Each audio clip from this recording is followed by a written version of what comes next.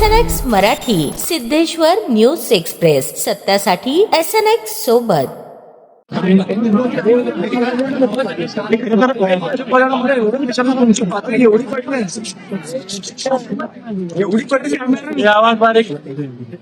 पैसे देऊन फॉर्म परत घ्यायला सांगा, ठीक होतं. फोन करायला लागले आता निवडणुकांसाठी.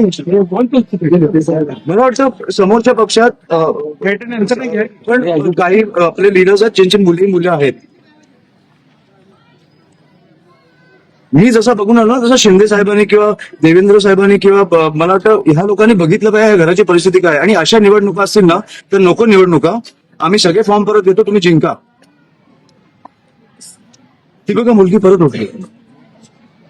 अशा निवडणुका ही आपल्या महाराष्ट्राची परिस्थिती आणून ठेवली तुम्ही. आणि कधीही कोणी वारल्यावर राजकारण करत नाही. आणि आज पण मी नव्हतो करायला आलो. तुम्हाला कधीतरी कळणार आहे की नाही की तुमचे राज्य कुठे नेऊन ठेवलंय तुम्ही. मला वाटतं आपल्या सगळ्यातला एक माणूस जागा झाला पाहिजे आणि ह्या गोष्टींचा विचार केला पाहिजे.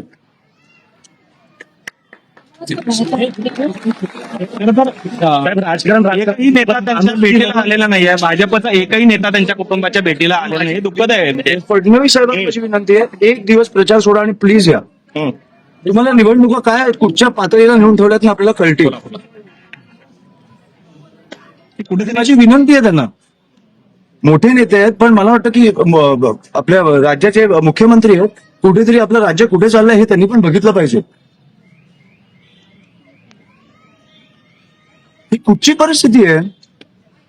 एक आई, एक बायको, 2 मुली आज अस्थि विसर्जन करून आल्यात. कशासाठी? निवडणुकीसाठी.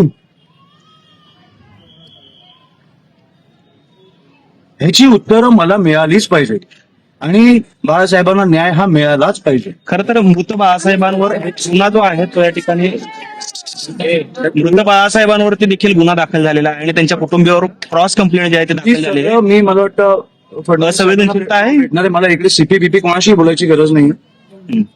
फडणवीस साहेबांनी मुख्यमंत्री म्हणून मला एक 10 मिनिटं द्यावी. मला सगळी परिस्थिती त्यांच्याकडे मांडायची. मला वाटतं एक दिवस सोलापूरला येऊन ते जाऊ शकतात. ही राजकारणाची परिस्थिती मी सहन नाही करू शकत.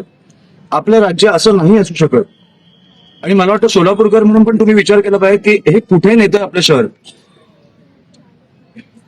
बाकी सगळं ठीक आहे. 70 ठिकाणी तुम्ही जिंकला, बिनविरोध जिंका, मजा करा. पुढे 5 वर्ष 10 वर्ष रस्त्यांची वाट लावा, सगळं करा. खून नाही झाले पाहिजे. तुम्ही खुनापर्यंत पोहोचताय आता. खरं तर दामदंडाचा वापर